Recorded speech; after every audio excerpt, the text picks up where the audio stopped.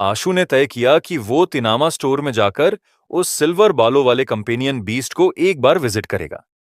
चाहे वो companion beast जितना भी स्ट्रॉन्ग क्यों ना हो, अगर उसे एक ऐसी शाइन अप में बंद किया जा सकता है जहां आमतौर पर कंपेनियन बीस्ट्स को रखा जाता है, तो फिर उसके काबू से बाहर जाने का कोई चांस नहीं था।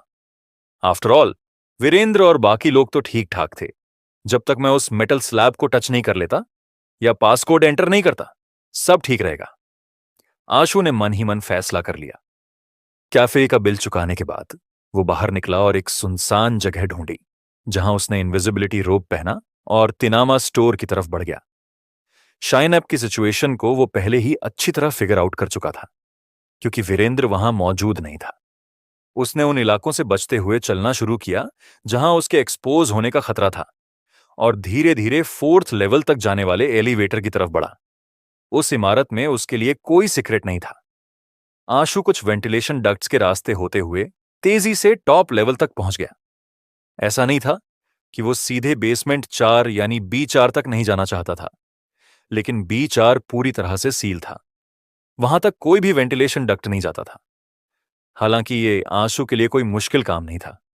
फोर्थ लेवल तक पहुंचने का बस एक ही रास्ता था, एक स्पेशल एलिवेटर जो वीरेंद्र के ऑफिस में था। आशु को याद था कि पिछली बार जब वो अवंतिका के साथ यहां आया था, तो वो उसे B4 तक ले गई थी। अब पब्लिक एलिवेटर को सील कर दिया गया था। सिर्फ यही एक जगह बची थी जहां से B4 तक पहुंचा जा सकता था, क्योंकि वीरेंद्र वहां मौजूद नहीं था। आशु ने मौका देखकर प्राइमोर्डियल स्पोर को बाहर निकाला और उसे लॉक के अंदर जाने दिया। उसने अंदर से लॉक खोल दिया और आशु को ऑफिस के अंदर जाने का रास्ता आसानी से मिल गया। पिछले तजुर्बे के स्टेप्स को फॉलो करते हुए आशु ने सील किए गए एलिवेटर को एक्टिवेट किया और सक्सेसफुली खाली पड़े B4 फ्लोर तक पहुंच गया। वहां की अलग अलग सील्स आशु के लिए कोई चैलेंज नहीं थी। अल्फा जैसे मिनिएचर कंपेनियन बीस्ट्स लॉक्स में एंटर हो सकते थे, जिससे उन्हें ओपन करना बहुत आसान हो जाता था। इनविजिबल आशु अब शाइन अप में जो चाहे कर सकता था। ज्यादा देर नहीं लगी और वो उस कमरे तक पहुंच गया जहां सिल्वर बालों वाले कंपेनियन बीस्ट को रखा गया था। लेकिन आशु ने सीधे अंदर जाने की कोशिश नहीं की, क्योंकि उस कमरे में कई कैमरे लगे हुए थे। कमरे के सामने वाले हिस्से में भी कई कैमरे इंस्टॉल थे। अगर वो इनविजिबिलिटी में रहते हुए दरवाजा खोलता, तो सर्वेलेंस रूम में बैठे लोग उसे नोटिस कर सकते थे। ठीक उसी वक्त जब आशु ये सोच ही रहा था कि अंदर कैसे जाए, उसे अचानक रियलाइज हुआ कि पूरी बिल्डिंग की इलेक्ट्रिसिटी कट चुकी है। ये सिचुएशन एक आम ब्लैकआउट जैसी नहीं लग रही थी। नॉर्मल ब्लैकआउट में बस इतना होता है कि पावर सप्लाई बंद हो जाती है, लेकिन कुछ डिवाइसेस जैसे इलेक्ट्रॉनिक वॉच फोन या बैटरी वाले गैजेट्स तब भी कुछ वक्त तक एक्टिव रहते हैं। मगर यहां तो ऐसा लग रहा था जैसे पूरी बिल्डिंग से इलेक्ट्रिसिटी को किसी ने सोख लिया हो, कुछ भी नहीं बचा था। इसीलिए सारे इलेक्ट्रॉनिक डिवाइसेस ने अपना इफेक्ट पूरी तरह खो दिया था। आशु तुरंत समझ गया कि ये सब उस सिल्वर बालों वाले कंपेनियन बीस्ट का ही काम था जो अंदर मौजूद था। हालांकि उनके बीच एक दरवाजा था, लेकिन वो कंपेनियन बीस्ट ऐसे मुस्कुरा रहा था जैसे वो दरवाजा वहां हो ही ना, और वो आशु को साफ देख सकता हो। आखिरकार तुम आ ही गए, सिल्वर बालों वाले कंपेनियन बीस्ट ने कहा। इस बार उसने सिर्फ होंठ नहीं हिलाए, बल्कि सचमुच बोला भी। ये पहले की तरह लिप रीडिंग वाला साइलेंट जेस्चर नहीं था। तुम्हें पहले से पता था कि मैं आऊंगा। आशु ने दरवाजा ओपन नहीं किया, बल्कि उसी के थ्रू उस सिल्वर बालों वाले कंपेनियन बीस्ट से बात की। असल में दरवाजा बंद होने के बावजूद वे एक दूसरे को साफ साफ देख सकते थे। जब मैंने तुम्हें पहली बार देखा था, तभी जान गया था कि तुम्हें धर्मेंद्र ने चूज किया है, इसलिए मुझे पता था कि तुम जरूर आओगे। सिल्वर बालों वाले कंपेनियन बीस्ट ने जवाब दिया। मुझे क्यों चूज किया गया? आशु ने यह नहीं पूछा कि उसे किस लिए चूज किया गया था, क्योंकि वो जानता था कि अगर उसने ऐसा पूछा तो सामने वाला समझ जाएगा कि उसे कुछ भी नहीं पता, और उस वक्त शायद वो कुछ सच्चाइयां बताने के लिए दोबारा सोचने पर मजबूर हो जाए। अब जब आशु ने पूछ ही लिया था कि उसे क्यों चूज किया गया, तो सामने वाला कुछ ना कुछ जरूर कहेगा। शायद बातचीत के आगे बढ़ने से पहले वो उससे कुछ काम की जानकारी निकाल सके, क्योंकि तुम ज्यादा स्मार्ट नहीं हो, सिल्वर बालों वाले कंपेनियन, बीस्ट ने कहा। आशु उस पर कुछ पल यूं ही देखता रह गया। उसने कई पॉसिबिलिटीज सोची थी, लेकिन ऐसा जवाब मिलने की उसने उम्मीद भी नहीं की थी। सिल्वर बालों वाला कंपेनियन बीस्ट मुस्कुराते हुए बोलता रहा, कुछ चीजें ऐसी होती हैं जो बहुत ज्यादा स्मार्ट लोग नहीं कर सकते। हमें ऐसा इंसान चाहिए था जो ना ज्यादा स्मार्ट हो, ना बेवकूफ, बल्कि बीच का हो, साथ ही उसमें जबरदस्त टैलेंट हो। कभी कभी उसे अचानक कोई इंस्पिरेशन भी मिले और वो अपने टारगेट पर पूरा फोकस रख सके। और फिर आशु ने पूछा, फिर तुम्हें धर्मेंद्र ने चूज कर लिया था। मुझे लगता है उसका सिलेक्शन सेंस अच्छा है। तुम वाकई में एक ऐसे इंसान हो जो एक्सट्रीमली फोकस्ड है, सिल्वर बालों वाले कंपेनियन बीस्ट ने मुस्कुराते हुए कहा। तो फिर मैं क्या कर सकता हूं? आशु ने फिर पूछा। मुझे नहीं पता। सिल्वर बालों वाले कंपेनियन बीस्ट का जवाब एक बार फिर आशु की एक्सपेक्टेशन से बाहर था। तुम्हें कैसे नहीं पता? आशु की पलकें सिकुड़ गईं। क्योंकि मुझे नहीं पता कि तुम कितनी दूर जा सकते हो। मुझे नहीं पता कि तुम आखिर में क्या कर पाओगे। अलग अलग एबिलिटी लेवल्स उनसे तय होता है कि कोई क्या कर सकता है।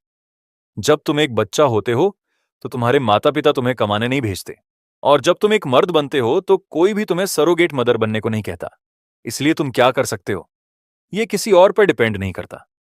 ये सिर्फ तुम्हारी अपनी एबिलिटीज पर डिपेंड करता है। सिल्वर बालों वाले कंपेनियन बीस्ट ने कहा, मैं यहां कोई फिलॉसफी सुनने नहीं आया हूं।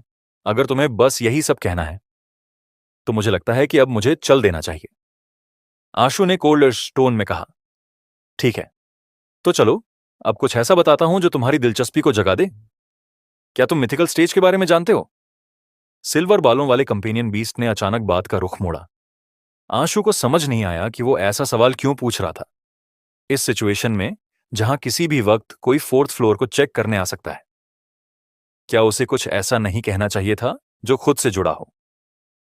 तुम उस लेवल की बात कर रहे हो जो मिथिकल स्टेज से ऊपर होता है। आशु ने पेशेंटली पूछा। वो डिस्क्रिप्शन सही नहीं है। असल में मिथिकल स्टेज के अंदर भी कई अलग अलग ग्रेड्स होते हैं। जिस मिथिकल की तुम अभी बात कर रहे हो वो तो बस मिथिकल स्टेज में कदम रखने की पहली दहलीज है। सिल्वर बालों वाले कंपेनियन बीस्ट ने समझाया। तो फिर मिथिकल स्टेज के कौन कौन से ग्रेड्स होते हैं? आशु ने पूछा।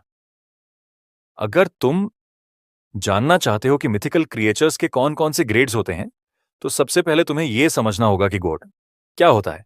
क्या तुम जानते हो कि गॉड क्या होता है? सिल्वर बालों वाले कंपेनियन बीस्ट ने काम टोन में कहा। क्या हमारी बातचीत थोड़ी सिंपल और सीधे पॉइंट पर नहीं हो सकती? आशु ने झुंझलाते हुए कहा, मुझे नहीं लगता कि मेरे पास यहां तुम्हारी कहानियां सुनने के लिए ज्यादा वक्त है, क्योंकि इस शॉप के लोग मुझे इतना टाइम नहीं देंगे। लेकिन सिल्वर बालों वाले कंपेनियन बीस्ट ने एक पल को भी रुके बिना बोलना जारी रखा।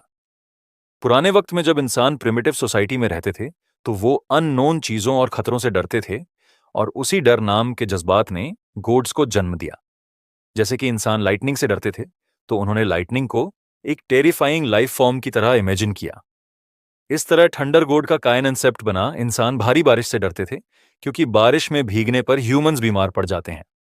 तो रेन गॉड बना। इसी तरह टाइगर, वोल्फ, स्नेक, ईगल, ये सब पावरफुल क्रिएचर्स थे जिनकी ताकत इंसानों से बहुत ज्यादा थी। इंसान डर की वजह से इनकी वर्शिप करने लगे और साथ ही ये भी ख्वाहिश रखते कि वे भी इतने ही पावरफुल बन सकें। यही सोच टोटेम वर्शिप की शुरुआत बनी, और ये भी गॉड की ही एक फॉर्म है। इसीलिए मिथिकल स्टेज का पहला ग्रेड है टेरर ग्रेड। कोई भी मिथिकल क्रिएचर जो लोगों के मन में डर यानी कि टेरर पैदा कर सके वो इसी लेवल में आता है। ये मिथिकल स्टेज का सबसे कमजोर ग्रेड है जो मिथिकल कंपेनियन बीस्ट्स रैंकिंग पर दिखाई देते हैं। वे सब इसी ग्रेड से बिलोंग करते हैं।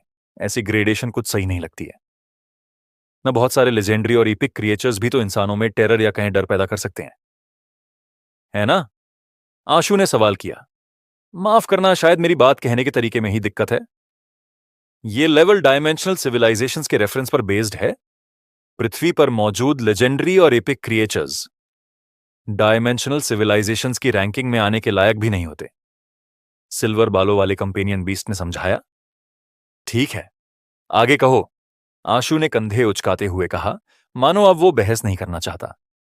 Board, earthquake, storm, volcano eruption, ये सब ऐसी चीजें हैं जिन्हें इंसान ना तो कंट्रोल कर सकते हैं ना ही रेसिस्ट कर सकते हैं।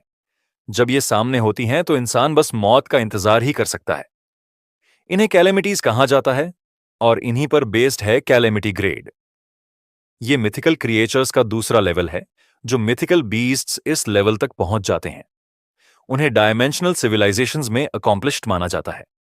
सिल्वर बालों वाला कंपेनियन बीस्ट बोला कैलेमिटी ग्रेड। आशु ने मन ही मन उस नाम को दोहराया। भले ही नेचुरल डिजास्टर्स टेरिफाइंग होते हैं, लेकिन उनका एंड जरूर होता है। मगर कुछ फोर्सेस ऐसी होती हैं जो सब कुछ खत्म कर सकती हैं। पुराने वक्त में कुछ लोग इस बात से डरते थे कि कहीं आसमान ना टूट पड़े, तो कुछ को डर था कि जमीन ही तबाह ना हो जाए। जिस पर वो जी रहे हैं, ऐसी फोर्स जो पूरी दुनिया को खत्म कर सकती है, उसे डायमेंशनल सिविलाइजेशंस में एपोकैलिप्स ग्रेड कहा जाता है। सिल्वर बालों वाले कंपेनियन बीस्ट ने मुस्कुराते हुए कहा, बेशक ये जो एपोकैलिप्स कहा जाता है वो सिर्फ पृथ्वी से रिलेटेड है। असल में डायमेंशनल सिविलाइजेशंस में ऐसा कुछ नहीं है जो वाकई में दुनियाओं को पूरी तरह से मिटा सके। और वहां कोई घोड़ जैसी चीज भी नहीं होती। वहां केवल ऐसी चीजें होती हैं जिन्हें बयान ही नहीं किया जा सकता। एपोकैलिप्टिक पावर डायमेंशनल सिविलाइजेशंस में उतनी तबाही नहीं मचाती। ये बात वहां के वर्ल्ड की कंपोजिशन से जुड़ी है।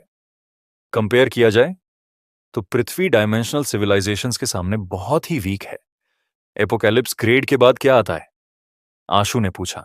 अब तक ऐसा कोई लाइफ फॉर्म सामने नहीं आया, इसलिए इसका जवाब अननोन ही है। सिल्वर बालों वाले कंपेनियन बीस्ट ने कहा। तो फिर तुम्हारा ग्रेड क्या है?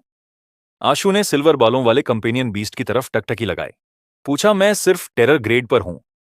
टेरर ग्रेड से ऊपर का कोई भी एग्जिस्टेंस पृथ्वी जैसे एंसिएंट फोरबिडन जोन में अपीयर नहीं हो सकता।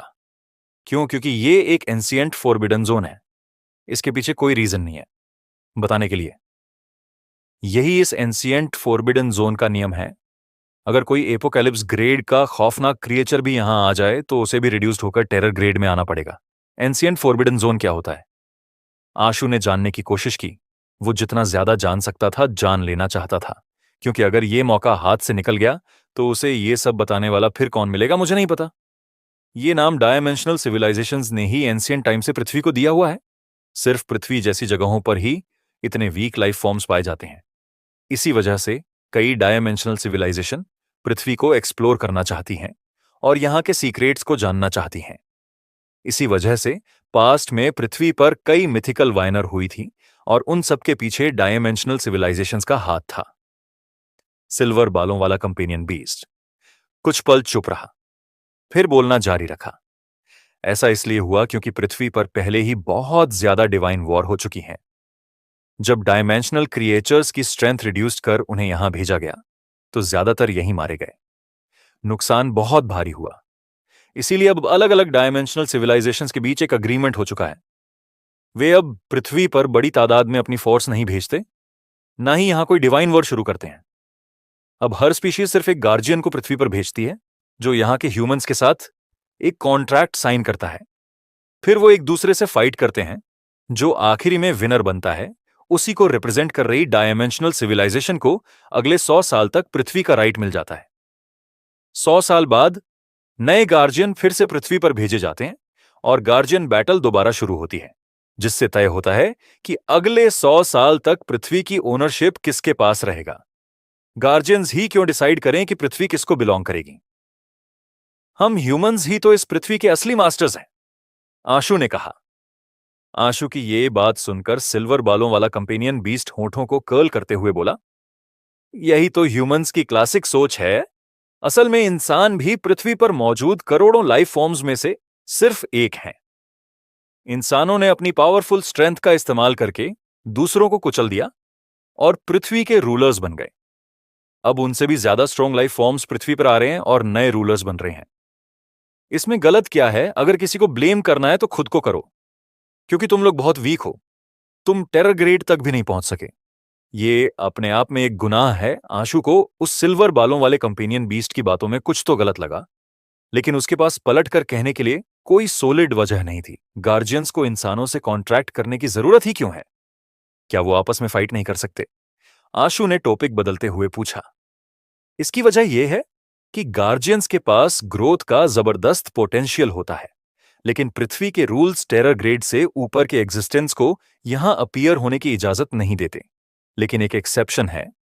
अगर इंसानों को कैरियर्स के तौर पर यूज किया जाए तो वो थोड़े वक्त के लिए टेरर ग्रेड से ऊपर की पावर रिलीज कर सकते हैं। वो भी एंशिएंट फॉरबिडन जोन के रूल्स से रिस्ट्रिक्टेड हुए बिना। इसी वजह से गार्जियंस को इंसानों से कॉन्ट्रैक्ट करना पड़ता है ताकि वो लगातार ग्रो कर सकें और जीत की तरफ एक कदम और बढ़ सकें। सिल्वर बालों वाले कंपेनियन बीस्ट ने समझाया। समझ गया, आशु ने धीरे से कहा। अब जाकर उसे ये साफ समझ आया कि इतने पावरफुल गार्जियंस इंसानों से कॉन्ट्रैक्ट क्यों करते हैं। ये सब सिर्फ जीत हासिल करने के लिए होता है। जब ये बात सामने हो तो किसी गार्जियन का अपने कमजोर कॉन्ट्रैक्टर को धोखा देना भी गलत नहीं लगता। आफ्टर ऑल, अगर कॉन्ट्रैक्टर ही वीक हो तो जीतने की कोई उम्मीद नहीं रहती। ऐसे में उन्हें बार बार किसी स्ट्रॉन्ग कॉन्ट्रैक्टर की तलाश करनी ही पड़ेगी। बेशक एक ह्यूमन होने के नाते आशु को गार्जियंस से कोई हमदर्दी नहीं थी और ना ही उस सिचुएशन से जहां वो पृथ्वी को एक जुआ घर बैटलफील्ड या डायमेंशनल सिविलाइजेशन समझते थे। अगर आखिर में सारे गार्जियंस ही फेल हो जाएं तो आशु का मन हल्का सा कांपा और उसने सिल्वर बालों वाले कंपेनियन बीस्ट से सवाल किया। हाँ हाँ, बढ़िया सवाल किया। उस वक्त धर्मेंद्र ने भी यही सवाल पूछा था। सिल्वर बालों वाले कंपेनियन बीस्ट ने मुस्कुराते हुए कहा, लेकिन आज तक इसका कोई जवाब नहीं मिला क्योंकि गार्जियन के अलावा अभी तक किसी ने फाइनल विक्ट्री हासिल नहीं की। आशु ने देखा कि एलिवेटर से कोई आ रहा है तो वो तुरंत बोल पड़ा, कोई आ रहा है, जल्दी बताओ तुम्हें मुझसे क्या करवाना है। धर्मेंद्र तुम्हारे ही सवाल का जवाब जानना चाहता है, इसीलिए वो सालों से जीत का रास्ता तलाश रहा है, लेकिन अब उसका शरीर साथ नहीं दे रहा। वो बहुत बूढ़ा हो चुका है और अब इस तरह की बैटल्स में पार्टिसिपेट करना उसके लिए नामुमकिन है। इसलिए वो ऐसा कोई इंसान ढूंढ रहा है जो उसके लिए ये जवाब जीत सके, और लगता है उसने तुम्हें चूज किया है, सिल्वर बालों वाले कंपेनियन बीस्ट ने कहा। क्या उन्हें जीतने का तरीका मिल गया है? आशु ने पूछा। इस मेटल बॉक्स में वही मेथड है, इसे ओपन करो और तुम्हें जवाब मिल जाएगा। सिल्वर बालों वाले कंपेनियन बीस्ट ने जंजीर से जुड़े उस मेटल स्लैब की तरफ इशारा करते हुए कहा। आशु ने उस मेटल स्लैब की तरफ देखा, लेकिन वो अब भी इस बात को लेकर श्योर नहीं था कि सिल्वर बालों वाले कंपेनियन बीस्ट की बातों पर यकीन किया जा सकता है या नहीं। उसी वक्त एलिवेटर का दरवाजा खुला और कोई भी चार में दाखिल हुआ। वो सीधे सिल्वर बालों वाले कंपेनियन बीस्ट के कमरे की तरफ बढ़ा। वो था वीरेंद्र, जो हड़बड़ी में वापस लौटकर आया था। जब उसे ये यकीन हो गया कि सिल्वर बालों वाला कंपेनियन बीस्ट अब भी यहीं है और मेटल स्लैब को भी कोई नुकसान नहीं पहुंचा, तो उसने राहत की सांस ली। लेकिन इसके बावजूद उसने अपने साथ आए लोगों को हुक्म दिया कि B4 के पूरे फ्लोर की अच्छे से तलाशी ली जाए। आशु ने इनविजिबिलिटी रोब की 3 मिनट की एब्सोल्यूट इनविजिबिलिटी का इस्तेमाल करते हुए चुपचाप तिनामा स्टोर से बाहर निकलने का रास्ता बना लिया। उसने मेटल स्लैब को खोलने के लिए पासवर्ड नहीं डाला। पहली बात, उसके पास वक्त बहुत कम था। दूसरी और ज्यादा अहम बात यह थी कि सिल्वर बालों वाले कंपेनियन बीस्ट की सारी बातें एक तरफा थीं। जब तक सिचुएशन पूरी तरह क्लियर ना हो जाए तब तक आशु बिना सोचे समझे उस मेटल स्लैब को खोलने को तैयार नहीं था। कम से कम फिलहाल आशु को अब भी यह नहीं समझ आया था कि वो एंकर और औरत की पिक्चर का मतलब क्या था, क्योंकि वो सिंबल उसी मेटल स्लैब पर कार्व किया गया था, इसीलिए जरूर कोई खास वजह रही होगी। आशु ने सोचा कि आगे चलकर वो दोबारा किसी मौके पर सिल्वर बालों वाले कंपेनियन बीस्ट से इस बारे में बात करेगा। जब सारी बातें क्लियर हो जाएंगी तभी वो उस स्लैब को खोलेगा। वैसे भी फिलहाल वही अकेला था जिसे उस पासकोड का पता था। औरों के लिए उसे ओपन करना नामुमकिन था। जब आशु अपने डोर में वापस पहुंचा और देखा कि एंटीलोप, करिश्मा और चूजा टीवी देख रहे हैं, तो उसने राहत की सांस ली। चूजे की तो कोई टेंशन नहीं थी, लेकिन आशु को डर था कि अगर एंटीलोप और करिश्मा के बीच क्लैश हो गया तो कुछ अनहोनी ना हो जाए। आशु बिल्कुल नहीं चाहता था कि स्कूल को किसी अल्फा के सैलाब से घेर लिया जाए, लेकिन ध्यान से सोचने पर उसे याद आया कि अल्फा टाइप कंपेनियन बीस्ट्स आमतौर पर साउथ डिस्ट्रिक्ट में ही पाए जाते थे। हर जगह अल्फा नहीं होते। करिश्मा सिर्फ अल्फा से कम्युनिकेट कर सकती थी ऐसे इलाके में जहां अल्फा ही मौजूद नहीं है। करिश्मा के लिए बड़ी तादाद में उन्हें बुलाना नामुमकिन था। यह सोचकर आशु को उल्टा इस बात की फिक्र होने लगी कि करिश्मा कहीं एंटीलोप के सामने कमजोर ना पड़ जाए। कंपेयर किया जाए तो आशु को करिश्मा ज्यादा बेटर लगती थी। एंटीलोप तो वैसे भी काफी हरामी था और आंसू उस पर कभी भरोसा नहीं कर पाया था। लेकिन क्योंकि एंटीलोप कुछ रहस्यमयी सा था और उसकी पावर का अंदाजा लगाना भी मुश्किल था, इसलिए आशु फिलहाल उसके सामने बेबस था। वो बस खामोशी से उसकी मौजूदगी को एक्सेप्ट करने के अलावा कुछ नहीं कर सकता था। अगर सिल्वर बालों वाला कंपेनियन बाल नहीं बोल रहा है, तो पृथ्वी पर सबसे स्ट्रॉन्ग क्रिएचर अभी भी टेरर स्टेज तक ही लिमिटेड है। सिर्फ गार्जियन और ह्यूमन कंबाइन होकर ही टेरर स्टेज से आगे ब्रेक थ्रू कर सकते हैं। मुझे पहले किसी तरह मिथिकल स्टेज पर पहुंचना होगा, वरना ये सब सोचने का कोई फायदा नहीं। आशु ने मन ही मन सोचा। इसके बाद उसने गेम लॉन्च किया और मॉन्स्टर्स से फाइट करते हुए खुद को जख्मी करवाना शुरू किया, ताकि केओस एग उसे हील कर सके। जितना हेवी और अजीब जख्म होता, केओस एग उतनी ही रफ्तार से ग्रो करता। आशु ने तो यहां तक कर डाला कि मिथिकल क्रिएचर्स से भी भिड़ गया, बस इसीलिए कि उसे ज्यादा से ज्यादा जख्म आए और केओस एग उसे हील करे। अनफॉर्चुनेटली, एक ही तरह के जख्म से केओस एग सिर्फ एक बार ही ग्रो कर सकता था। वही जख्म दोबारा हील करवाने से कोई फायदा नहीं होता, इसीलिए आशु को नए नए तरीकों से खुद को तकलीफ पहुंचानी पड़ रही। फाइनली 4 दिन बाद केओस एग ने आशु को ट्रीट करते हुए इवोल्व होना शुरू कर दिया। उस पल ब्लड के रंग का अवतार अब भी केओस एग के अंदर ही था। जब केओस एग ने इवोल्व करना शुरू किया, तब भी वो उसी स्टेट में रहा। आशु साफ साफ सेंस कर पा रहा था कि केओस एग के अंदर की प्राइमोर्डियल एनर्जी तेजी से ट्रांसफॉर्म हो रही थी। वो ज्यादा प्योर और ज्यादा कंसंट्रेटेड होती जा रही थी। हीलिंग का इफेक्ट अब और भी ज्यादा स्ट्रांग हो गया था। कुछ ही देर बाद केओस एग के अंदर की प्राइमोर्डियल एनर्जी मिस्ट में कंडेंस होने लगी। वो मिस्ट धीरे धीरे कंडेंस होकर ड्रॉपलेट्स में तब्दील हो गया। जैसे जैसे उन ड्रॉपलेट्स की तादाद बढ़ती गई, वे मिलकर एक वाटर बायंडी बन गई, जिसने पूरे केओस एग को भर लिया। इस पल केओस एग का इवोल्यूशन फाइनली पूरा हो गया। आशु क्लियरली सेंस कर पा रहा था कि केओस एग के अंदर जो लिक्विड था, वो किसी हाई लेवल प्राइमोर्डियल एनर्जी का टाइप था। ये हर मायने में आम प्राइमोर्डियल एनर्जी से कहीं ज्यादा स्ट्रांग थी। जब आशु ने केओस एग की इंफॉर्मेशन चेक की, तो उसे पता चला कि केओस एग वाकई अब एक इवोल्व्ड बॉडी में इवोल्व हो चुका था, लेकिन उसका नाम अब भी पहले की तरह केओस एग ही था, और ये दूसरी लाइफ सोल्स से कुछ अलग किस्म का लग रहा था। आशु ने खुद को फिर से इंजरीज पहुंचाई और केओस एग के अंदर जाकर हीलिंग शुरू की, जैसा कि एक्सपेक्टेड था। इस बार रिकवरी की स्पीड पहले से कहीं ज्यादा तेज थी। क्या यह हो सकता है कि केओस एग की एबिलिटी बस हीलिंग ही हो? आशु को थोड़ी मायूसी तो हुई, लेकिन ज्यादा नहीं। आखिरकार इतनी पागलपन भरी हीलिंग एबिलिटी अपने आप में किसी ट्रीजर से कम नहीं थी। ये तो लगभग समर की सेल्फ हीलिंग के बराबर ही थी। हालांकि समर तो फाइट करते हुए खुद को हील कर सकता था, लेकिन जब आशु केओस एग का इस्तेमाल करता, तो वो कुछ और नहीं कर पाता था। उसे बस उसके अंदर छुपकर रिकवर होने का इंतजार करना पड़ता। फिर भी आशु ने ज्यादा फिक्र नहीं की। उसका असली टारगेट तो केओस एग को परफेक्ट बॉडी तक पहुंचाना था। उसने गेम के अंदर दीवानेपन की हद तक जाकर मुसीबतें तलाश की और जितनी चोटें मुमकिन थीं, सब खुद पर झेली। हालांकि केओस एग अभी तक परफेक्ट बॉडी पर नहीं पहुंचा था, लेकिन इन सब के बीच आंसू को डायमेंशनल क्रिएचर्स की एबिलिटीज को लेकर बहुत डीपर अंडरस्टैंडिंग मिल रही थी। आफ्टर ऑल, उनकी स्किल्स को अपनी आंखों से देखना एक बात थी, लेकिन उन्हें अपनी बॉडी पर झेलना, वो एक बिल्कुल ही अलग एक्सपीरियंस था। अब आशु को अलग अलग स्किल्स के इफेक्ट्स अपनी हथेली की लकीरों की तरह याद हो चुके थे। उसे बहुत अच्छे से पता था कि कौन सी स्किल्स सबसे पावरफुल होती हैं और जब वो उसे हिट करती हैं तो उनका इफेक्ट कैसा होता है। फिर भी एक अब तक परफेक्ट बॉडी में एडवांस नहीं हो पाया था। आशु को फील हो रहा था कि यह जरूर स्ट्रांग हो रहा है, लेकिन उसकी स्पीड बहुत स्लो थी। अब तो मुझे कहीं और चोट भी नहीं लग सकती। अब क्या करूं? कोई नया डायमेंशनल जोन ढूंढूं क्या? आशु ने थोड़ी देर सोचा, लेकिन उसे पता था कि कोई नया डायमेंशनल जोन ढूंढना इतना आसान नहीं था। आखिरकार आशु ने दांत भींच लिए। लगता है अब वहां जाना ही पड़ेगा। मन मारकर आशु ने नेदरवर्ल्ड डंजन लॉन्च किया और उसमें एंटर हो गया। जैसे ही टॉर्चर चैम्बर्स ओपन हुए, उसने पहला चैम्बर चूज कर उसमें कदम रखा।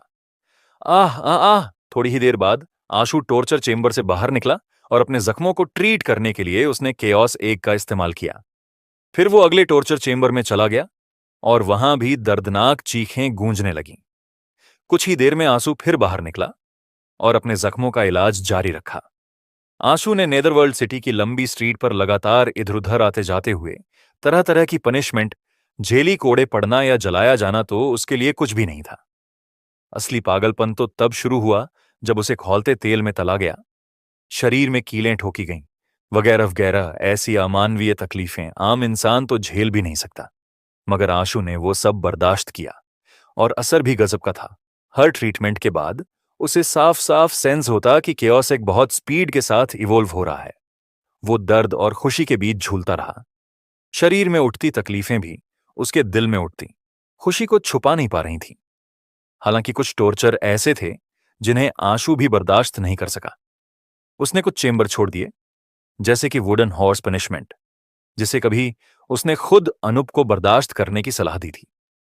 कुछ पनिशमेंट्स तो ऐसी भी थीं जो वुडन हॉर्स पनिशमेंट से भी ज्यादा टेरिफाइंग थीं, जिस वजह से आशु ने उन्हें जानबूझकर नहीं चुना। हर दिन जैसे ही टॉर्चर चेंबर ओपन होते, आंसू वहां पहुंच जाता और एक नई पनिशमेंट का अनुभव करता। इन सभी पनिशमेंट को पूरा करने में कम से कम आधा महीना लगना तय था। सिटी लाइनर और नेदरवर्ल्ड सनवर्स ने कहा था कि जब तक मैं सारी पनिशमेंट नहीं झेल लेता, तब तक मैं असली नेदरवर्ल्ड सिटी को नहीं देख सकता। पता नहीं इसका मतलब क्या है। आशु के मन में थोड़ी दिलचस्पी जरूर थी, लेकिन कुछ पनिशमेंट ऐसी थीं जिन्हें वो किसी हालत में एक्सेप्ट नहीं कर सकता था। आखिरकार उसने उन्हें छोड़ने का फैसला कर लिया। दिन बीतते गए और आशु ने नेदरवर्ल्ड सिटी में लगभग सारे टॉर्चर ट्राई कर लिए थे। उसे हल्के हल्के एहसास होने लगा था कि केओस एक अब किसी भी वक्त एडवांस होने ही वाला है। मगर कुछ ऐसा था जो उसे ब्रेक थ्रू करने से रोक रहा था। नहीं, अब मुझे कहीं और जाकर मार खानी पड़ेगी। थोड़ी देर सोचने के बाद आशु को लगा कि किसी अनजान डायमेंशनल जोन में जाना बहुत रिस्की होगा। उससे बेहतर है कि वो किसी ऐसे को ढूंढे जो उसे अच्छे से पीट सके। पता नहीं कैफ की सेबर टेक्निक्स इन दिनों कैसी चल रही है। चलो उसी से मुकाबला कर देखता हूं। ये सोचते ही आशु ने फोन निकालकर कैफ को कॉल लगा दिया। काइनल कनेक्ट होने के बाद आशु ने कहा था कि वो कैफ के साथ मुकाबला करना चाहता है, लेकिन उसने उसे बस इसलिए इनवाइट नहीं किया था कि वो खुद को पिटवाना और जख्मी करवाना चाहता है। जब वो ट्रेनिंग ग्राउंड पर पहुंचा तो कैफ पहले से वहां उसका इंतजार कर रहा था। आशु को हैरानी तब हुई जब उसने देखा कि ईशान और आरोही भी वहां मौजूद थे। थोड़ी बहुत बातचीत के बाद उसे पता चला कि हाल ही में कैफ उन्हीं दोनों के साथ प्रैक्टिस कर रहा था। कैफ वाकई मार्शल आर्ट्स को लेकर पागल है। पहले रिहान, फिर समर, और अब तो वो आरोही और ईशान को भी नहीं छोड़ रहा। आशु ने मन ही मन सोचा, मेरी सेबर टेक्निक्स हाल ही में काफी इंप्रूव हुई है। कोच, प्लीज मुझे गाइड करें, कैफ ने एक प्रैक्टिस सेबर उठाते हुए कहा। तुम लाइफ सोल सेबर का इस्तेमाल क्यों नहीं कर रहे? आशु ने हैरानी से पूछा। अब तक जब भी कैफ ने फाइट की थी, चाहे वो प्रैक्टिस हो या रियल कॉम्बैट, उसने हमेशा लाइफ सोल सेबर का ही इस्तेमाल किया था। लेकिन आज ना जाने क्यों वो अचानक प्रैक्टिस सेबर लेकर आया था। अगर कोई और मौका होता तो आशु को कैफ के प्रैक्टिस सेबर इस्तेमाल करने से कोई परेशानी नहीं होती, लेकिन इस बार तो वो जानबूझकर जख्मी होने आया था। ऐसे में प्रैक्टिस सेबर से कैफ उसे कैसे कोई चोट पहुंचा सकता था? मैं हाल ही में आरोही के साथ प्रैक्टिस कर रहा हूं, उसकी एबिलिटीज को काउंटर करने के लिए। मुझे अपनी सेबर टेक्निक्स में कुछ एक्सपेरिमेंट्स करने पड़ रहे हैं। मैं हमेशा पूरा अटैक करके वक्त रहते सेबर वापस नहीं खींच पाता, इसलिए कैफ ने एक्सप्लेन किया। समझ गया, लेकिन अब तुम लाइफ सोल सेबर ही यूज करो। मैं रियल कॉम्बैट का फील पाना चाहता हूं। अगर थोड़ी बहुत इंजरी हो जाए तो और भी अच्छा होगा, आशु ने कहा। कैफ ने हैरानी से आंसू की तरफ देखा। कोच, आप जख्मी क्यों होना चाहते हैं? आशु को मजबूरी में एक्सप्लेन करना पड़ा। अगर इंसान गलती नहीं करेगा तो उसे कभी ये पता नहीं चलेगा कि सही क्या है, और अगर कभी जख्म ही नहीं आया तो जब सच में आएगा तब उसे उससे डील करना नहीं आएगा। इसीलिए मैं चाहता हूं कि मुझे कुछ चोट लगे ताकि मैं उस एहसास को समझ सकूं। कैफ को यह सुनकर जैसे कोई इंस्पिरेशन मिल गई। अब बिल्कुल सही कह रहे हैं कोच, अब मैं समझ गया। यह कहकर कैफ ने प्रैक्टिस सेबर वापस रखी और अपनी लाइफ सोल सेबर बुला ली। लेकिन जब ईशान और आरोही ने आशु की बात सुनी तो उनके मन में कुछ और ही ख्याल चलने लगे। डायमेंशनल जोन में जाकर डायमेंशनल क्रिएचर का शिकार करते वक्त जख्मी होना एकदम कॉमन सी बात थी। वरना स्कूल में स्पेशलाइज्ड हॉस्पिटल्स क्यों बनाए जाते हैं?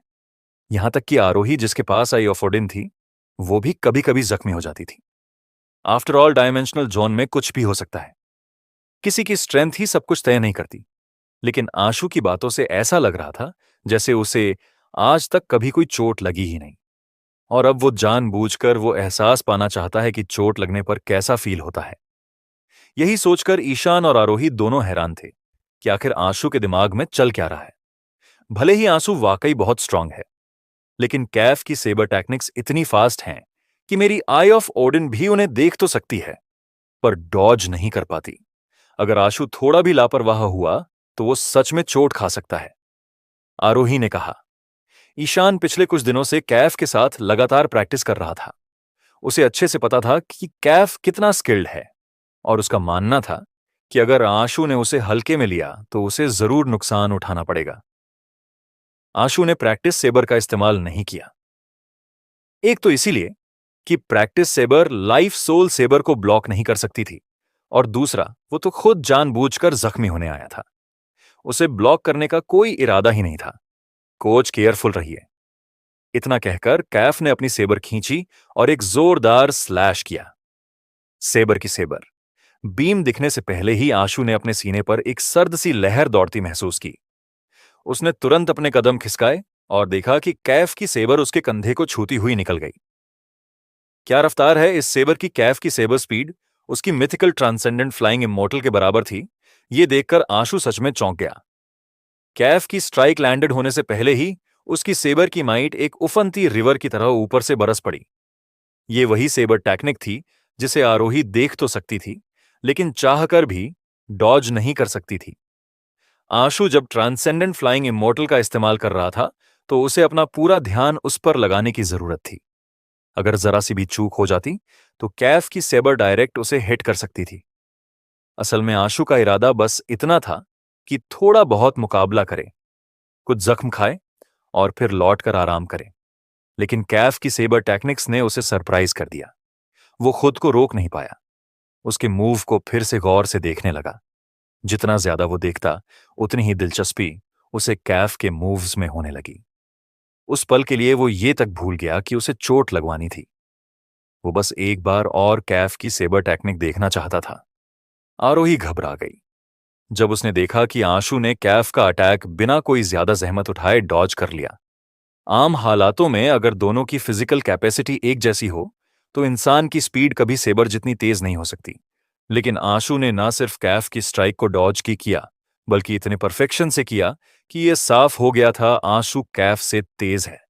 कैफ की एक्सप्लोजिव सेबर टेक्निक्स आखिरकार आशु को जख्मी करने में नाकाम रहीं, लेकिन जैसे जैसे उसके अटैक खाली जाते गए, उसके अंदर की जंगजू वाली फॉलिंग और भी भड़क उठी। उसने अपनी पूरी ताकत झोंक दी। एज अ रिजल्ट उसकी सेबर और भी तेज होती चली गई। उसका life providence swift sabre heavenly king था जो उसकी सेबर को लगातार तेज होने की एबिलिटी प्रोवाइड करता था। लेकिन पहले वो जानबूझकर अपनी सेबर की स्पीड को कंट्रोल करता था ताकि वो उसके काबू से बाहर ना चली जाए। पर आज वो ठीक उल्टा कर रहा था। उसने सेबर को पूरी तरह आजाद छोड़ दिया था। अब वो उसे तेज से और तेज होने दे रहा था। बिना कंट्रोल के उसकी सेबर स्पीड की लिमिट कहीं ज्यादा हाई थी, लेकिन ऐसे हालत में खुद कैफ भी अपनी सेबर को कंट्रोल नहीं कर पा रहा था। वो पूरी तरह उस फ्लो के साथ बह रहा था। अगर सिचुएशन जानलेवा ना हो तो कैफ कभी भी ऐसी टेक्निक का सहारा नहीं लेना चाहता।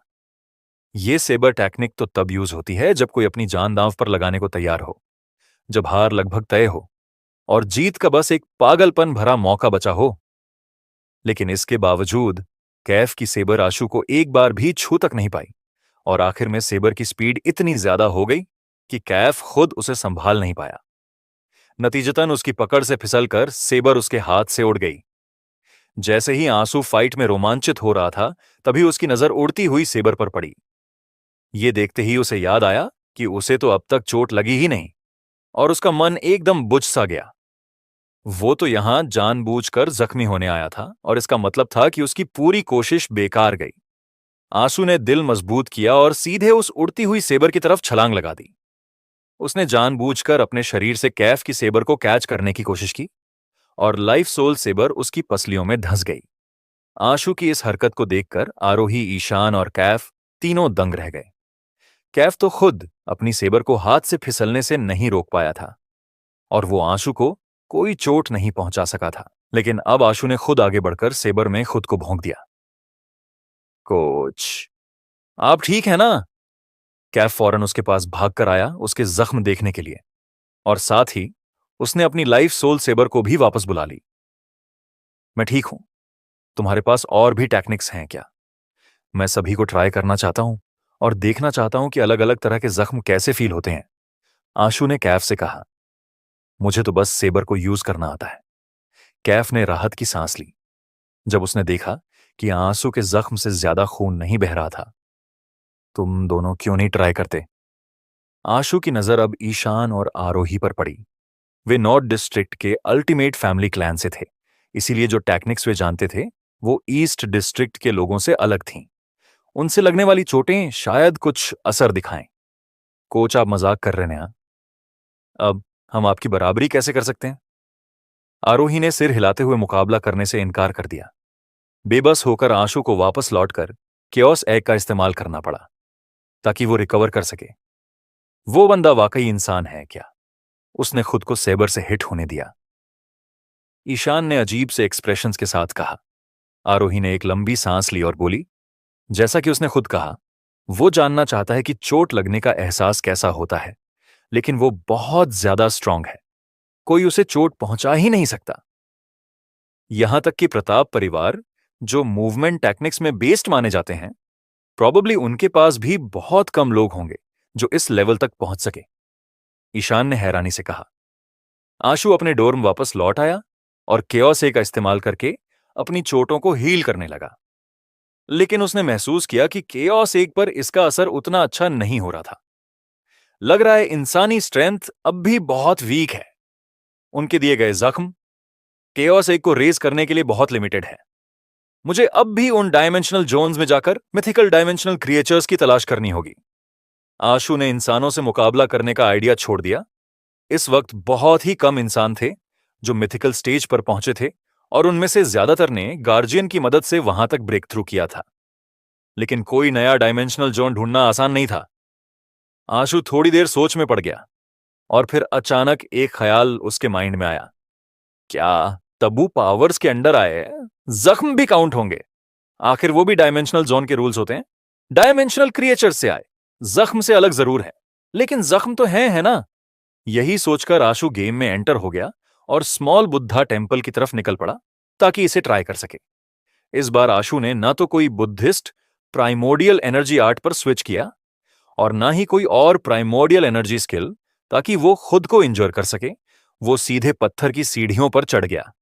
सीढ़ियां चढ़ते ही ज्यादा देर नहीं बीती थी कि आशु को अपने शरीर में कुछ गड़बड़ महसूस हुई। जैसे ही उसे खून की उल्टी होने और बेहोश होकर गिर जाने का एहसास हुआ, उसने तुरंत केओसे को बुला लिया और ब्लड के रंग के अवतार को उसके अंदर एनवलोप कर लिया। चेओसिक वाकई में बेहद कारगर साबित हुआ। जब आशु उसके अंदर था, तब बाहर की तबू पावर उसे चोट नहीं पहुंचा सकी और जब केओसिग ने आशु के शरीर को हील करना शुरू किया, तो आशु ने क्लियरली सेंस किया कि ट्रीटमेंट करते करते केओसिग बहुत तेजी से स्ट्रांग होता जा रहा था। यह सच में काम कर रहा है। आशु खुशी से भर गया। चोटें पूरी तरह ठीक होने के बाद वो आगे बढ़ा। लेकिन जब उसे दोबारा चोट लगी तो हालांकि केओसिग अब भी उसे हील कर पा रहा था, लेकिन अब उसमें और कोई ग्रोथ नहीं हो रही थी। तबू पावर उसे बस एक ही बार स्ट्रांग बना सकती है। आशु ने सोचा, चलो देखता हूं कि कौन कौन से डायमेंशनल जोन्स में तबू पावर मौजूद है। यह सोचते हुए आशु एक एक करके उन डायमेंशनल जोन्स में एंटर हुआ जहां तबू पावर्स थीं और हर जगह उन्हें खुद पर आजमाया। केओसे की इंप्रूवमेंट बेहद फास्ट हो गई थी बेयोमिति, क्योंकि तबू पावर्स का इफेक्ट हैरान कर देने वाला था। इनका इफेक्ट तो यहां तक कि मिथिकल क्रिएचर्स से लगी चोटों से भी ज्यादा पावरफुल था। जब आशु नेदरवर्ल्ड सिटी में बिना किसी रूल्स की परवाह किए घूमने लगा, तो तबू पावर ट्रिगर हुई और उसे लगभग मार ही दिया। लेकिन मरने से पहले उसने केओस एग के अंदर छलांग लगा दी और खुद को सक्सेसफुली हील कर लिया। इस हीलिंग प्रोसेस के दौरान केओस एग ने फिर से इवोल्व करना शुरू किया।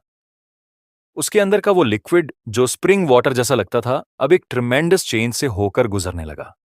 वो लिक्विड धीरे धीरे आशु के शरीर में एंटर होने लगा और उसे ऐसा महसूस हुआ जैसे उसका पूरा शरीर उस लिक्विड में मेल्ट हो गया हो, जैसे वो अब उस लिक्विड का हिस्सा बन चुका हो। ये फीलिंग बहुत ही सुप्तल थी और साथ ही वो लिक्विड अब धीरे धीरे सॉलिडिफाइड होने लगा था। लेकिन उस लिक्विड का हिस्सा होते हुए भी आशु अब भी पूरी तरह से फ्रीली हिलडुल पा रहा था। ये फीलिंग ऐसी थी जिसे शब्दों में बयां करना मुश्किल था, क्योंकि कोई इंसान बर्फ या जेड जैसे ठोस एलिमेंट्स के अंदर रहकर मूव नहीं हो सकता। लेकिन अब आशु खुद इस स्टेट को एक्सपीरियंस कर रहा था, इसीलिए उसे इसे बयान करना बेहद मुश्किल लग रहा था। कुल मिलाकर यह एक मैजिकल एक्सपीरियंस था। शुरुआत में कियोस एग के पास सिर्फ एक शेल था। जब वो इवोल्व हुआ तो उसके अंदर लिक्विड भर गया और अब पूरा कियोस एग ही एक हो गया था, बिल्कुल सॉलिड जेड जैसा। उसके अंदर अब कोई खाली जगह नहीं थी। Chaos egg successfully perfect body state में एडवांस हो गया था। ठीक उसी वक्त गेमिंग स्क्रीन पर एक नोटिफिकेशन जगमगा उठी। Chaos egg life soul perfect body में एडवांस हो गई है, प्राइमोर्डियल एनर्जी +1। जब आशु की नजर उस +1 पर पड़ी तो उसका दिल खुशी से झूम उठा, मानो उसकी लाइंट्री लग गई हो। उसने तुरंत ब्लड के रंग के अवतार के स्टैट्स चेक किए। वाकई में उसकी प्राइमोर्डियल एनर्जी अब 41 पॉइंट्स तक पहुंच चुकी थी। हालांकि यह सिर्फ 1 पॉइंट का फर्क था, लेकिन यह वही था जिसका इंतजार आशु बहुत वक्त से कर रहा था। यह सिर्फ उसके स्टैट्स में इजाफा नहीं था, इसका मतलब था कि अब आशु उन mythical primordial energy skill crystals को भी एब्जॉर्ब कर सकता था, जिनके लिए 41 प्राइमोर्डियल एनर्जी की जरूरत होती थी। अब तक जो भी मिथिकल स्किल क्रिस्टल्स उसे मिले थे वो बस यूं ही पड़े रह गए थे, क्योंकि उसके स्टैट्स पूरे नहीं होते थे। उसे हमेशा लगता था कि इतनी कीमती चीजें बेकार जा रही थीं। कियोस एग परफेक्ट बॉडी आशु ने कियोस एग के स्टैट्स देखे, लेकिन उसे कोई बदलाव नजर नहीं आया। हालांकि परफेक्ट बॉडी तक एडवांस करने के बाद इसके सेल्फ हीलिंग इफेक्ट्स और भी ज्यादा स्ट्रोंग हो गए थे, लेकिन इसके अलावा उसमें कुछ स्पेशल नहीं लग रहा था। क्या सच में कियोस एग के पास सिर्फ हीलिंग एबिलिटी है? आशु को यकीन नहीं हो रहा था। यह एक ऐसी लाइफ सोल थी जो फर्स्ट ऑर्डर ऑफ केओस से कंडेंसियन हुई थी। इसकी फंक्शनैलिटी इतने तक ही लिमिटेड नहीं होनी चाहिए थी। लेकिन आशु कई एक्सपेरिमेंट्स कर चुका था जिनमें सेल्फ हीलिंग के अलावा उसे कुछ भी स्पेशल नजर नहीं आया। छोड़ो, अब बाकी लाइफ सोल्स को भी जल्दी से परफेक्ट बॉडी तक रेज करने का तरीका निकालता हूं। अगर दो ऐसी प्राइमोर्डियल एनर्जी आर्ट्स हों जिनके एट्रीब्यूट्स सिमिलर हों तो कॉरेस्पॉन्डिंग स्टैट 41 पॉइंट तक पहुंच सकता है। क्या मेरे पास कोई और ऐसी प्राइमोर्डियल एनर्जी आर्ट्स है जिसमें सिमिलर स्टैट्स वाली ये क्वालिटी हो? आशु ने अपनी सारी प्राइमोर्डियल एनर्जी आर्ट्स के बारे में सोचना शुरू कर दिया। गॉड स्लेयर मंत्रा और फर्स्ट ऑर्डर ऑफ केओस को वो लिस्ट से बाहर रख सकता था। ये दोनों पहले ही उसके प्राइमोर्डियल एनर्जी स्टैट को एनहांस कर चुके थे, स्मॉल परफेक्शन ऑफ विजडम। सुट्रा एक ऐसी प्राइमोर्डियल एनर्जी आर्ट थी जो कॉन्स्टिट्यूशन एट्रीब्यूट से रिलेटेड थी। एंशिएंट टेम्परल मंत्रा का एट्रीब्यूट स्ट्रेंथ था और गॉड फिएंडेरा का स्पीड। इन तीनों के अलावा आशु ने स्काई स्टीलिंग सनशिफ्टिंग आर्ट भी मास्टर करी थी, लेकिन उसमें अभी वो सिर्फ बेसिक मास्टरी तक ही पहुंचा था। लाइफ प्रोविडेंस तो उसने उसमें अब तक कंडेंस भी नहीं की थी। लाइफ सोल तो देर की बात थी। फिर भी आशु को थोड़ा बहुत अंदाजा था कि स्काई स्टीलिंग सनशिफ्टिंग आर्ट का स्ट्रक्चर कहीं ना कहीं गॉड फिएंडेरा से मैच करता है। उसमें कुछ स्पेशल एट्रीब्यूट्स थे जो स्पीड की तरफ इंक्लाइन थे। अब अगला स्टेप यही होगा कि गॉड फिएंडेरा और स्काई स्टीलिंग सनशिफ्टिंग आर्ट ट्रेन किया जाए। आशु ने डिसाइड कर लिया कि पहले गॉड फिएंडेरा की लाइफ सोल को एडवांस करेगा, फिर स्काई स्टीलिंग सनशिफ्टिंग आर्ट पर फोकस करेगा। गॉड फिएंडेरा से जो लाइफ सोल कंडेंस हुई थी उसका नाम था लॉस्ट कंट्री। आशु इस पर काफी वक्त से रिसर्च कर रहा था। उसने स्पेस से जुड़ी कई बुक्स पढ़ी थीं और स्पेशल डायमेंशनल क्रिएचर्स से बैटल भी करी थी, जिसकी बदौलत उसे धीरे धीरे समझ आने लगा था कि इसे कैसे एडवांस करना है। हालांकि हाल ही में बहुत सारी चीजें एक के बाद एक हो रही थीं, इसलिए आशु को लॉस्ट कंट्री को एडवांस करने का वक्त ही नहीं मिल पाया था। लॉस्ट कंट्री को एडवांस करने का तरीका ना तो बहुत मुश्किल था और ना ही बिल्कुल आसान। आशु आमतौर पर इसका टेलीपोर्टेशन फंक्शन इस्तेमाल करता था। हर बार जब वो टेलीपोर्ट करता, लॉस्ट कंट्री में हल्का सा इंप्रूवमेंट हो जाता, लेकिन टेलीपोर्टेशन केवल हर 24 घंटे में एक बार ही किया जा सकता था। इसलिए इसकी ग्रोथ काफी स्लो थी। आशु के हिसाब से लॉस्ट कंट्री को इवोल्व करने के लिए उसे 1000 बार से ज्यादा टेलीपोर्ट करना पड़ेगा। इस स्पीड से अगले कुछ सालों तक इवोल्व्ड बॉडी पर ब्रेक थ्रू करना भी मुश्किल था, और फिर इवोल्व्ड बॉडी को परफेक्ट बॉडी में रेज करने के लिए तो और भी ज्यादा टेलीपोर्टेशन की जरूरत पड़ती। मगर इतना टाइम आशु के पास नहीं था। लेकिन ऐसा भी नहीं था कि कोई सॉल्यूशन नहीं था। इतने वक्त से स्टडी करते हुए आशु ने एक हल ढूंढ ही लिया था। उसे एक मिथिकल क्रिएचर के बारे में पता चला था जो खुद टेलीपोर्ट कर सकता था। उससे जो कंपेनियन एग ड्रॉप हुआ था वो एक माउंट टाइप एग था, और वो अपने ओनर के साथ टेलीपोर्ट कर सकता था। एज लॉन्ग एज वो टेलीपोर्ट कर सके तो उसे लॉस्ट कंट्री को एडवांस करने में कामयाब होना चाहिए। आशु को लग रहा था कि अगर उसे ऐसा कोई कंपेनियन बीस्ट मिल जाए तो वो लॉस्ट कंट्री को परफेक्ट बॉडी तक पहुंचाने में लगने वाला वक्त काफी हद तक कम कर सकता था। लेकिन दिक्कत ये थी कि वो कंपेनियन बीस्ट, जिसका नाम था मिस्टिक बर्ड, हीरो किंग का पर्सनल कंपेनियन बीस्ट था। ऐसा कहा जाता है कि जब हीरो किंग को पता चला कि उसका अंत करीब है तो उसने फोर्सफुली मिस्टिक बर्ड को अपने वंशज को ट्रांसफर कर दिया था। मिस्टिक बर्ड को आहूजा परिवार का सबसे कीमती कंपेनियन बीस्ट माना जाता था। आशु का आहूजा परिवार से ज्यादा कुछ लेना देना नहीं था। वो बस मायरा को जानता था और उसके साथ भी कोई खास नजदीकी रिश्ता नहीं था। इसलिए आहूजा परिवार से मिस्टिक बर्ड को बोरो करने का ख्याल कुछ ज्यादा ही अनरियलिस्टिक लग रहा था। शायद खुद मिस्टिक बर्ड की फार्मिंग करना भी मुमकिन ना हो। पहले मायरा से पूछता हूं क्या वो जानती है कि मिस्टिक बर्ड कहां मिल सकता है। अगर जरा भी चांस मिला तो कोशिश करूंगा। अगर कोई उम्मीद नहीं हुई तो कोई दूसरा रास्ता ढूंढना होगा। इसी ख्याल को माइंड में रखते हुए आशु ने मायरा को एक मैसेज भेजने की कोशिश की, लेकिन वो श्योर नहीं था कि वो उसे पढ़ेगी भी या नहीं। उसे सुनने में आया था कि मायरा हमेशा अपना फोन इस्तेमाल नहीं करती। थोड़ी देर बाद जरूरत से ज्यादा उम्मीद के उलट मायरा का मैसेज आ गया। तुम्हें मिस्टिक बर्ड के ओरिजिन के बारे में नहीं पता, मुझे बस इतना पता है कि वो तुम्हारे हीरो किंग का कंपेनियन बीस्ट था। आशु ने रिप्लाई दिया, क्या तुम्हारा होम टाउन गाइड सिटी नहीं है? तुम्हें मिस्टिक बर्ड के बारे में भी नहीं पता। मायरा कुछ हैरान लग रही थी। इसमें हैरानी होने वाली बात क्या है? क्या मिस्टिक बर्ड का कंपेनियन एक गाइड सिटी में ड्रॉप हुआ था? आशु ने चौंक कर पूछा। Mistake bird ancient guide city से ही मिला था, मायरा ने जवाब दिया। नामुमकिन, आशु ने तुरंत रिप्लाई दिया। एंसिएंट गाइड सिटी, जिसे गेम में एंसिएंट इंपीरियल सिटी कहा जाता था, वो तो उसने ना जाने कितनी बार क्लियर की थी। वहां कोई मिथिकल क्रिएचर नहीं था, और मिस्टिक बर्ड की तो बात ही छोड़ दो। इसमें नामुमकिन जैसा क्या है? तुम्हें पता है कि मिस्टिक बर्ड वो डिवाइन बर्ड है जो रिप्रेजेंट करती है मर्चेंट्स को, और गाइड सिटी में 3 मर्चेंट्स नाम की एक जगह है। अगर mistake bird ancient guide city में अपीयर नहीं होगी तो और कहां अपीयर होगी? मायरा ने पूछा।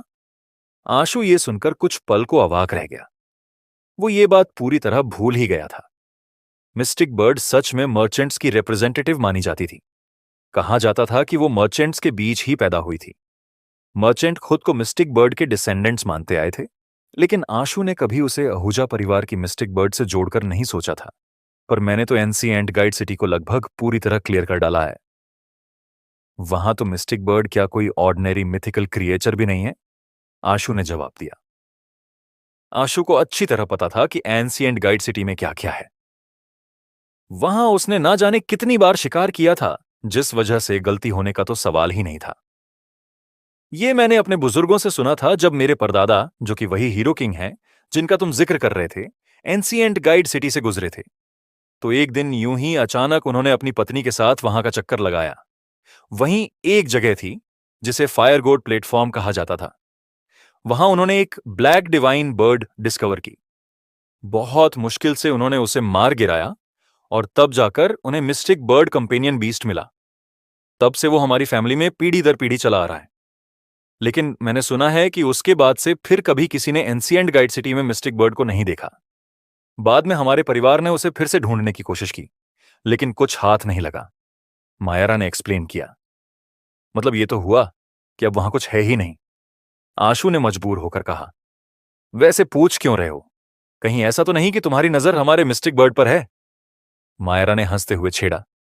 कंपेनियन बीस्ट्स की ट्रेडिंग तो हो ही नहीं सकती, तो नजर डालने से भी क्या फायदा? आशु ने काम लहजे में जवाब दिया। तो मतलब तुम्हें सच में मिस्टिक बर्ड चाहिए? वैसे किस लिए चाहिए? मायरा ने सीधा सवाल दागा। मिस्टिक बर्ड की टेलीपोर्टेशन एबिलिटी कमाल की है। मैं तो बस उसे एक माउंट की तरह यूज करना चाहता हूं। कई बार क्रिटिकल मोमेंट्स में जान बच सकती है। तुम जानती ही हो, काफी लोग मेरी जान के पीछे पड़े हैं। खासकर ब्यूरो वाले, मुझे हमेशा अलर्ट रहना पड़ता है। आशु ने एक बहाना बनाकर मायरा को चिपका दिया। तो फिर मैं तुम्हारी मदद नहीं कर सकती। तुम चाहो तो एंशिएंट गाइड सिटी में अपनी किस्मत आजमा सकते हो। क्या पता, अगर लक अच्छा रहा तो फिर से कोई मिस्टिक बर्ड सीवर्ड दिख जाए। लेकिन अगर सच में मिस्टिक बर्ड दिख भी गई तो तुम उसे मारोगे कैसे? उसकी टेलीपोर्टेशन एबिलिटी बहुत पावरफुल है।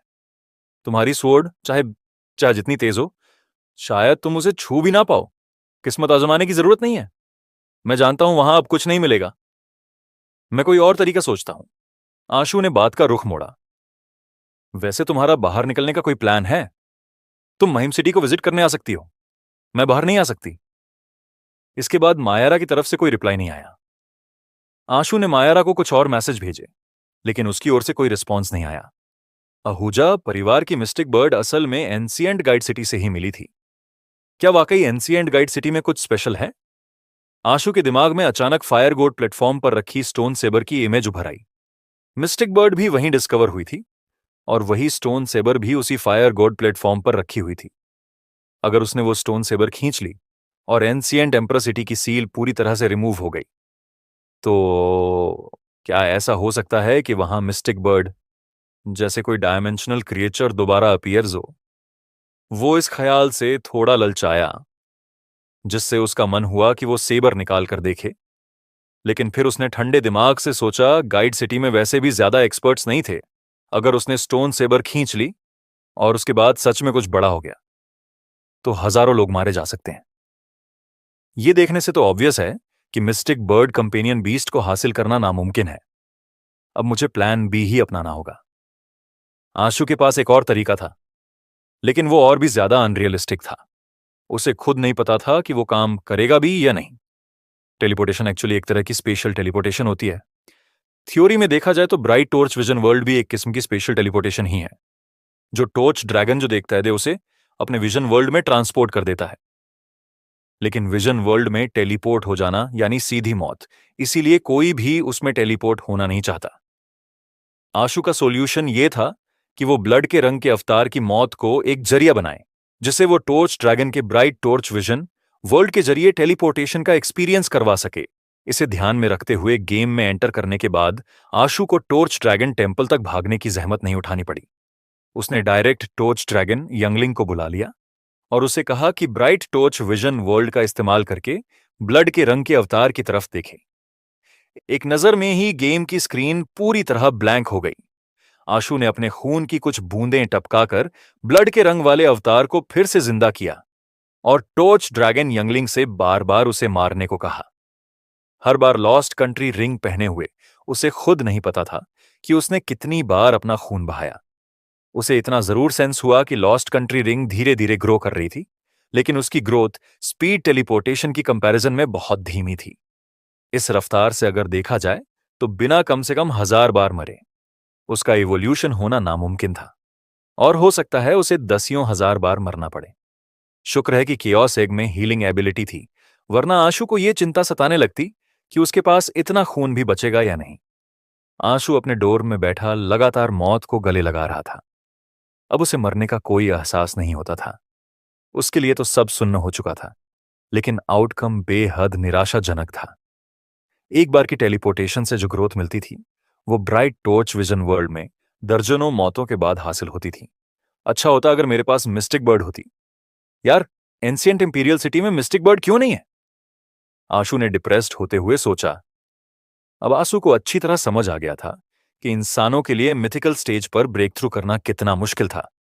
एक आम इंसान के लिए एक साथ 8 प्राइमोर्डियल एनर्जी आर्ट्स की ट्रेनिंग करना नामुमकिन था, और साथ ही चारों बेसिक स्टैट्स को 41 तक ले जाना भी यही वजह थी कि वे मिथिकल स्टेज तक नहीं पहुंच पाते थे।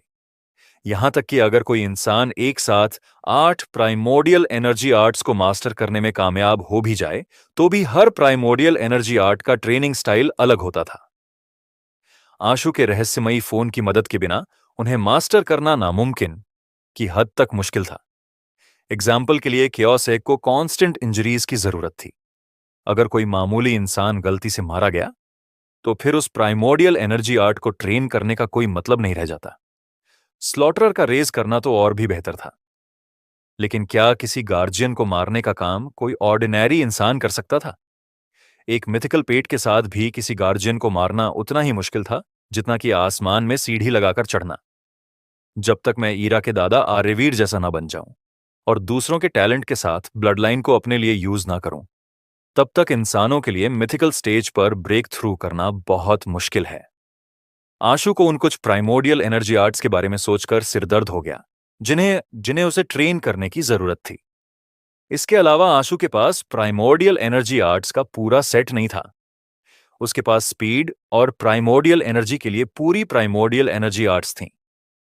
एक अननोन एट्रीब्यूट की डीमन गोड कैटलॉग भी थी, क्योंकि इसके कॉरस्पॉन्डिंग एट्रीब्यूट को डिटरमाइन करना डिफिकल्ट तारक था। आशु ने फिलहाल इसे रेज करने का प्लान नहीं बनाया। अगर डीमन गोड कैटलॉग स्ट्रेंथ या कॉन्स्टिट्यूशन को ऐड करती, तो भी उसे कम से कम एक प्राइमोडियल एनर्जी आर्ट की कमी खलती। बार बार मरने के बाद उसे मौत की आदत सी हो गई थी। आशु अब कुछ हद तक सुन्न हो चुका था। अब वो बस लॉस्ट कंट्री को किसी भी तरह रेज करना चाहता था।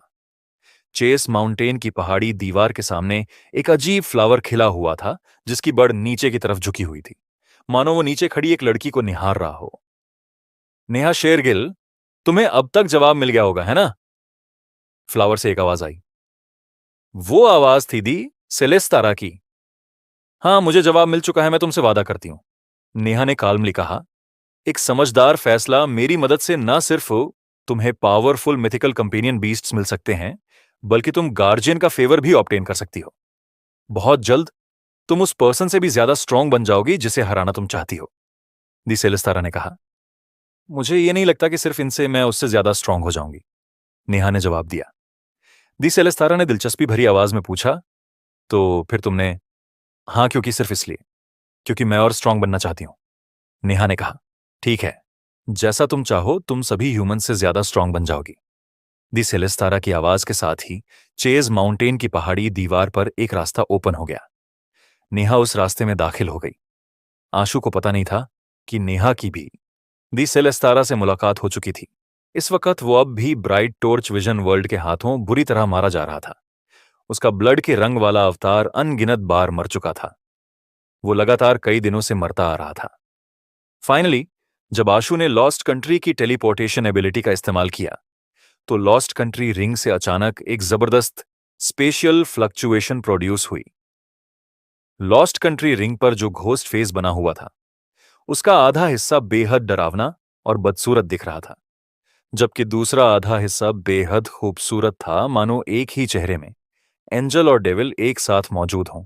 उसी पल उस घोस्ट फेस की आंखों से एक अजीब तरह की स्पेशियल फ्लक्चुएशन इमिट होने लगी। साथ ही आंखों में एक अजीब सी लाइट शिमर हो रही थी। एकाएक उन आंखों से एक आवाज आने लगी, कुछ वैसी जैसी किसी मैकेनिकल नीडल के घूमने पर होती है। आंसू ने ध्यान से देखा तो उसे रियलाइज हुआ कि घोस्ट फेस की दोनों आंखों के अंदर एकाएक व्हील मौजूद था। उन व्हील्स पर कुछ मार्किंग्स बनी थीं, लेकिन वो बेहद अजीब थीं। ना तो वो टाइम की कोई जानी पहचानी यूनिट लग रही थी, और ना ही लंबाई की कोई यूनिट, जिस वजह से आशु को समझ ही नहीं आया कि उनका मतलब क्या था। घोस्ट फेस की आंखों के अंदर मौजूद दोनों व्हील लगातार घूमते जा रहे थे। वही क्लिक करने की आवाज उन्हीं घूमते व्हील से आ रही थी। जब दोनों व्हील्स ने एक पूरा चक्कर कंप्लीट किया, तो वे रुक गए। उसी वक्त गेम में एक नोटिफिकेशन अपीयर हुई। Lost country life soul advance होकर सिविलाइज्ड कंट्री पर पहुंच गई है। ये अब एक इवोल्व्ड बॉडी है। सिविलाइज्ड कंट्री, इवोल्व्ड बॉडी, एक खोया हुआ देश, लेकिन सिविलाइजेशन का ओरिजिन। एडवांसमेंट के दौरान आशु को सिविलाइज्ड कंट्री के बारे में थोड़ी इंफॉर्मेशन भी मिली, जिससे उसे इस नए फॉर्म का एक बुनियादी अंदाजा हो गया था। लेकिन इसे पूरी तरह समझने के लिए उसे इसे खुद फिगर आउट करनी होगी। लॉस्ट कंट्री की कंपैरिजन में जो उसे हर 24 घंटे में केवल एक बार टेलीपोर्ट करने देती थी, सिविलाइज्ड कंट्री उससे कहीं ज्यादा बेहतर थी। घोस्ट फेस की आंखों में जो मार्किंग्स थीं, वे असल में कूनऑर्डिनेट्स को रिप्रेजेंट कर रही थीं। अब वो इन कूनऑर्डिनेट्स को एडजस्ट करके हर 24 घंटे में एक बार लॉन्ग डिस्टेंस टेलीपोर्टेशन कर सकता था। इसके अलावा वो शॉर्ट डिस्टेंस टेलीपोर्टेशन एबिलिटी भी थी, जिसे वो अब तक यूज करता आया था, मगर अब वो उसे हर 24 घंटे में 10 बार इस्तेमाल कर सकता था। इन्फिनिट टेलीपोर्टेशन के एक कदम और करीब पहुंच गया हूं। आशु ने सोचा, सिविलाइज्ड कंट्री की एबिलिटीज से वो काफी संतुष्ट था, लेकिन अभी तक उसे ये नहीं समझ आ रहा था कि कूनऑर्डिनेट्स को डिटरमाइन कैसे किया जाए। घोस्ट फेस की आंखों में जो मार्किंग्स थीं, वे बाकी सबसे अलग और बेहद अजीब लग रही थीं। क्या ये लॉन्गिट्यूड और लैटिट्यूड हो सकते हैं? आशु अब भी नहीं समझ पा रहा था कि सही कूनऑर्डिनेट्स कैसे सेट करे। अगर जरा सी भी गलती हो गई तो हो सकता है वो उबलते तेल की कड़ाही में या फिर किसी लेडीज बाथरूम में टेलीपोर्ट हो जाए, और वो बिल्कुल अच्छा नहीं होगा। छोड़ो, इसे बाद में स्टडी करूंगा। जब सिविलाइज्ड कंट्री को परफेक्ट बॉडी पर एडवांस कर दूंगा, तब इसे समझना लेट नहीं होगा। आशु ने फिर से टॉर्च ड्रैगन को ब्राइट टॉर्च विजन वर्ल्ड इस्तेमाल करने दिया, ताकि वो ब्लड के रंग के अवतार को मारता रहे। लेकिन आशु को रियलाइज हुआ कि ब्लड के रंग के अवतार की मौत से जो एनर्जी मिल रही थी वो इतनी मामूली थी कि शायद ही सेंस की जा सके। अगर हर बार मरने पर सिर्फ इतनी ही एनर्जी मिलेगी, तो सिविलाइज्ड कंट्री परफेक्ट स्टेज तक कब पहुंचेगी? मुझे तो डर है कि अगर मैं अपने खून का कतरा कतरा भी बहा दूं, तब भी ये काफी नहीं होगा। आशु को अब साफ समझ आ चुका था कि इस रास्ते पर वो ज्यादा दूर नहीं जा सकता। उसे कोई और सॉल्यूशन निकालना होगा। उसी वक्त जैसे ही वो कुछ सोचने ही वाला था, जीवन का फोन आ गया। यंग मास्टर, आशु आपने न्यूज देखी क्या? जीवन ने पूछा। कौन सी न्यूज? आशु ने सरप्राइज टोन में पूछा। हाल ही में वो लगातार डंजन्स को क्लियर कर रहा था, ज्यादा से ज्यादा।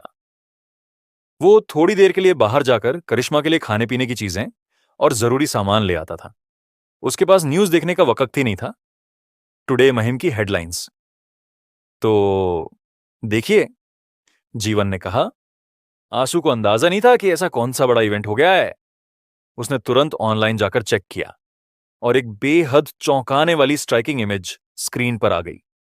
वो एक सिक्स विंग्ड सेराफिम की इमेज थी। सही मायनों में कहें तो वो एक महिला थी जो एंजल कवच पहने हुए थी और एक ब्रेकआउट क्रिएचर को बेरहमी से मार रही थी। अरे, ये तो वही सिक्स विंग्ड सेराफिम है जिससे पहले सिद्धार्थ ने कॉन्ट्रैक्ट किया था, राइट? क्या इसे कोई नया कॉन्ट्रैक्टर मिल गया? आशु को जैसे कोई उम्मीद की किरण नजर आई। उसने तुरंत जीवन से पूछा, क्या ये महिम सिटी की ही इमेज है?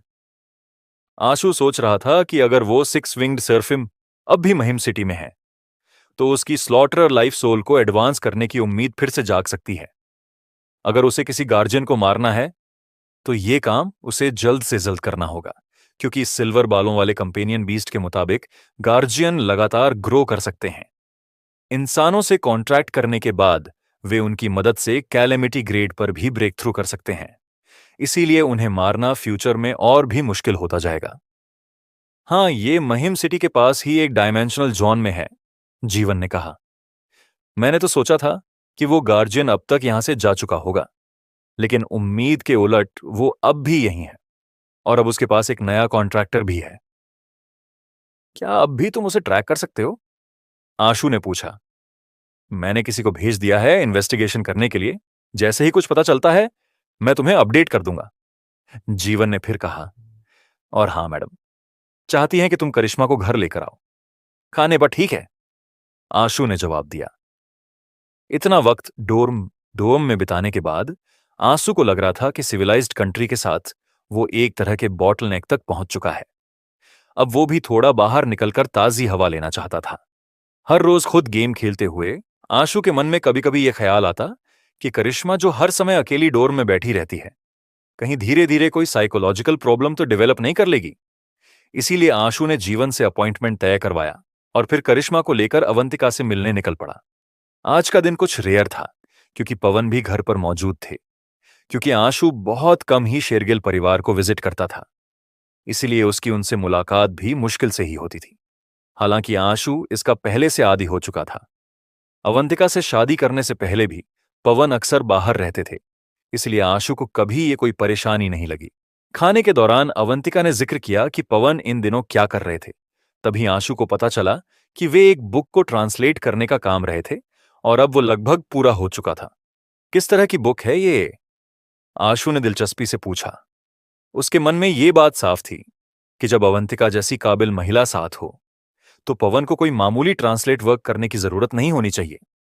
तो इसका एक ही मतलब हो सकता था कि वो बुक सिर्फ पैसों के लिए नहीं, किसी और वजह से ट्रांसलेट की जा रही थी। ये साउथ डिस्ट्रिक्ट के एक छोटे से देश की बुक है, पवन ने बताया, जो डायमेंशनल स्टॉर्म से पहले की है। उस देश की लैंग्वेज बहुत डेवलप नहीं थी और उसमें कई अजीब निशान और सिंबल्स भी शामिल थे, इसीलिए ट्रांसलेशन बहुत धीरे धीरे हो रहा है। आशु कुछ देर तक सुनता रहा, लेकिन उसे कुछ समझ में नहीं आया। वैसे भी लैंग्वेज और स्क्रिप्ट जैसे सब्जेक्ट्स में उसकी कोई खास दिलचस्पी नहीं थी, इसलिए वो ज्यादा अटेंशन नहीं दे पाया। शेरगिल परिवार के रेजिडेंस से लौटते वक्त आशु करिश्मा के साथ महिम सिटी की सड़कों पर टहलता हुआ चल रहा था। उसे साफ महसूस हो रहा था कि महिम सिटी अब पहले जैसी नहीं रही। जब वो पहली बार यहां आया था तब की कंपैरिजन में अब ये जगह कहीं ज्यादा वीरान और सुनी लग रही थी। जिंदगी पहले से ही मुश्किल थी, ऊपर से आए दिन कोई ना कोई ब्रेकआउट क्रिएचर अपीयर हो ही जाता था। ऐसे उथल पुथल वाले समय में एक स्टेबल घर बना पाना ही अपने आप में एक चुनौती थी। बच्चों को रेज करना तो और भी मुश्किल था, जिस वजह से बहुत से लोगों ने तो अब बच्चे पैदा करने का ख्याल ही छोड़ दिया था। हालांकि फेडरेशन लगातार चाइल्ड बर्थ को प्रमोट कर रही थी, लेकिन फिर भी नवजात शिशुओं की बर्थ रेट लगातार घटती जा रही थी। करिश्मा इधर उधर क्यूरियस नजरों से देख रही थी। यहां की हर चीज उसके लिए एकदम नई थी। भले ही वो असल में कोई बच्ची नहीं थी, लेकिन उसका इनर वर्ल्ड किसी बच्चे से ज्यादा मैच्योर भी नहीं था। आफ्टर ऑल, वो हमेशा गोस्टलिंग नी के आसपास ही कैद रही थी। काल रात भी उसे तभी लाता था जब किसी लड़ाई में उसकी जरूरत पड़ती। आशु ने सोचा कि जब वो आज बाहर निकला ही है तो क्यों ना थोड़ा रिलैक्स किया जाए और करिश्मा को पास की मार्केट में घुमाया जाए। उसने करिश्मा के लिए कुछ चीजें खरीदी और उसे आम लोगों वाले कुछ एंटरटेनमेंट भी ट्राई करने दिए। करिश्मा ने कुछ नहीं कहा, लेकिन उसके चेहरे की झलक से साफ था कि वो खुश थी। क्या मुझे उसे आगे भी ऐसे बाहर लानी चाहिए? आशु ने मन ही मन सोचा। आंसू को लग रहा था कि वो करिश्मा की देखभाल कर रहा है, लेकिन उसे इस बात का अंदाजा नहीं था कि शायद करिश्मा के बिना वो धीरे धीरे अकेले रहने का आदी होता जा रहा था। जब करिश्मा एक वीआर गेम खेल रही थी, तब आशु का फोन रिंग हुआ देखने पर पता चला कॉल मायरा का था। तुमने पहले मिस्टिक बर्ड के बारे में पूछा था। क्या तुम्हें सिर्फ मिस्टिक बर्ड चाहिए या फिर कोई भी ऐसा कंपेनियन बीस्ट जो तुम्हारी एस्केप करने में मदद कर सके? मायरा ने पूछा। असल में मुझे एक्चुअली ऐसा माउंट चाहिए जो टेलीपोर्ट कर सके। क्या तुम्हारे पास कोई तरीका है? आशु ने शक भरे लहजे में पूछा। मायरा ने कहा, बिल्कुल नहीं। अगर तुम्हें सिर्फ एस्केप करना है तो हमारा आहूजा परिवार हाल ही में एक earth escape companion beast cell करने वाला है। तुम उसे हासिल करने की कोशिश कर सकते हो। अर्थ एस्केप कंपेनियन बीस्ट, क्या वो माउंट टाइप है? आशु ने जल्दी से पूछा। अगर वो माउंट होता और अपने ओनर के साथ अर्थ एस्केप कर सकता तो वो आंसू के लिए बेहद अट्रैक्टिव ऑप्शन होता। टेलीपोर्टेशन को छोड़ दें तो अर्थ एस्केप लगभग सबसे बेहतरीन एस्केप स्किल मानी जाती थी। आशु नेचुरली ऐसा माउंट हासिल करना चाहता था जिसे अर्थ एस्केप आता हो, लेकिन अगर वो माउंट नहीं हुआ और अर्थ एस्केप का इस्तेमाल करते वक्त दूसरों को साथ नहीं ले जा सकता तो उसकी वैल्यू काफी कम हो जाती। एग्जाम्पल के लिए ताइसुई को ही ले लो। उसे भी अर्थ एस्केप आता था, लेकिन जब वो किसी इंसान को साथ नहीं ले जा सकता तो उसे कोई खास फायदा नहीं था। वो एक माउंट है और मिथिकल क्लास पर है, लेकिन इस बार बहुत सारे लोग इसके लिए कंपीट करने वाले हैं। मेरा मानना है कि इसकी बोली काफी ऊपर जाएगी, मायरा ने कहा। लेकिन तुम्हारा आहूजा परिवार ऐसा कंपेनियन बीस्ट बेचेगा ही क्यों? आशु थोड़ा हैरान था। ऐसा कोई भी कंपेनियन बीस्ट किसी के पास हो तो वो कभी उसे फालतू का नहीं समझेगा। इसीलिए आशु को यह यकीन करना मुश्किल लग रहा था कि आहूजा परिवार सच में इसे सेल करना चाहता है। अगर आशु के पास ऐसा कोई कंपेनियन बीस्ट होता तो वो उसे कभी नहीं बेचता। इसका रीजन काफी कॉम्प्लेक्स है, लंबी कहानी है, लेकिन इतना मैं पक्का कह सकती हूं कि कंपेनियन बीस्ट एकदम जेन्युइन है। अगर तुम्हें दिलचस्पी हो तो आकर एक बार देख सकते हो। उस वक्त मैं एक होस्ट के तौर पर अपनी पूरी कोशिश करूंगी, मायरा ने कहा। ठीक है, कौन सा कंपेनियन बीस्ट है? आशु ने पूछा। वो 5 एलिमेंटल बीस्ट्स में से एक है। अर्थ एलिमेंटल बीस्ट, मायरा ने थोड़ी देर सोचकर आगे कहा। टोटल 5 एलिमेंटल बीस्ट्स होते हैं, मेटल, वुड, वाटर, फायर, और अर्थ। हर एक की एबिलिटीज अलग होती हैं। ये किसी डायमेंशनल जोन से हासिल किए जाते हैं। इनके कंपेनियन एग्स ऑब्टेन करने के लिए एक स्पेशल फिजिक की जरूरत होती है, जो उनके स्पेशल एलिमेंट के साथ कंपैटिबल हो।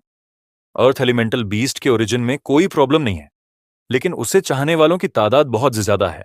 प्राइस बहुत हाई हो सकते हैं। आशु को तुरंत समझ आ गया कि यह अर्थ एलिमेंटल बीस्ट शायद बनाना फेरी की तरह ही था, यानी कि ऐसा कंपेनियन एग जो स्पेशल डायमेंशनल जोन्स से मिलता है, ना कि डायमेंशनल क्रिएचर्स को मारकर ड्रॉप के तौर पर। तो दोस्तों, ये थी आज की कहानी। उम्मीद है आपको ये नॉवेल एक्सप्लेनेशन पसंद आया होगा। अगर आप किसी और नॉवेल को सुनना चाहते हैं या किसी कहानी के बारे में जानना चाहते हैं, तो कृपया हमें कमेंट सेक्शन में बताएं। हम आपके लिए और भी रोमांचक और मनोरंजक कहानियां लाते रहेंगे। हमारे चैनल एफएस नोवेल एक्सप्लेनर को सब्सक्राइब करना ना भूलें और बेल आइकॉन को दबाएं, ताकि आप हमारी कोई भी वीडियो मिस ना करें। और हां, अगले एपिसोड के लिए तैयार रहें, क्योंकि कहानी में अभी और भी ट्विस्ट और टर्न आने बाकी हैं। मिलते हैं अगली कहानी में, तब तक के लिए अलविदा।